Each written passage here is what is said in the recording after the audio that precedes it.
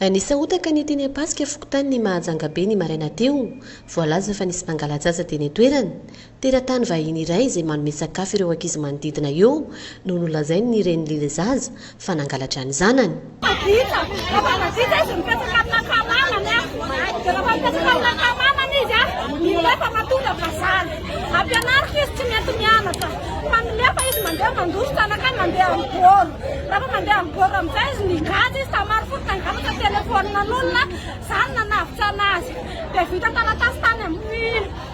Fanarana zahay tany amin'ny tribunal mipetraka ny babany izy dia izy mipetraka ny babany amin'izay gaga zaho amin'ny olo rehetra aty izy andeha maraina zany andeha namoaka fa vita taratasy izany président Mosikry izany nanao taratasy passeport efa vita sahidy anarana escale avy eo Antananarivo reo maray zato nazy izany mitondra anazy ka zato mpizary amin'ny teraka anazy tsy makasitsaka nandehanany. Nanambarany efa ireo manodidina fa tsy io zazalahy kely io ihany akory no mahazo sakafo sy fitafiana avy amin'ireo mpivahiny ireo fa maro ary tsy marina ny filazana fa saika hoentina hiala teto Mahajanga izy ireo. Zaho tsisy mama, zaho tsisy baba, zaho tsisy olo miay zaho boka Antananarivo tsisy afaka eto taraiky.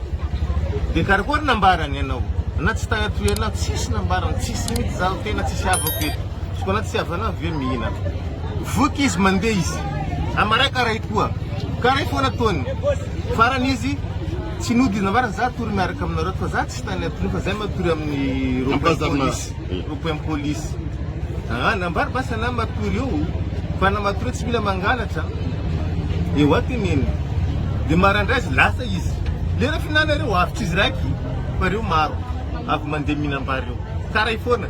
Dia nisy ireo sambo reo amin'izay zany miady azonao tsy haiko sambo reo masiny zany miady hoe soa zay zany tsy miaraka mihina aminao ao ana sabotenay azonao dia tsy amin'izay zay resaka ataondreo any manko tsy hay mamandreo any dia reo miteny amin'ny mamany zanaka anao fa andesindreo mandeha mayoty ifa tsy tanatsony tsy haiko zay resaka andreo any fa manangita voniny maly izy miteny zany tamin'ny atreo hoe zanako zany andesinareo mayoty amin'ny larobia tsy mitondran'io tsy mitondran'io zany re samby reny miresaka an'izany fa tsy izy.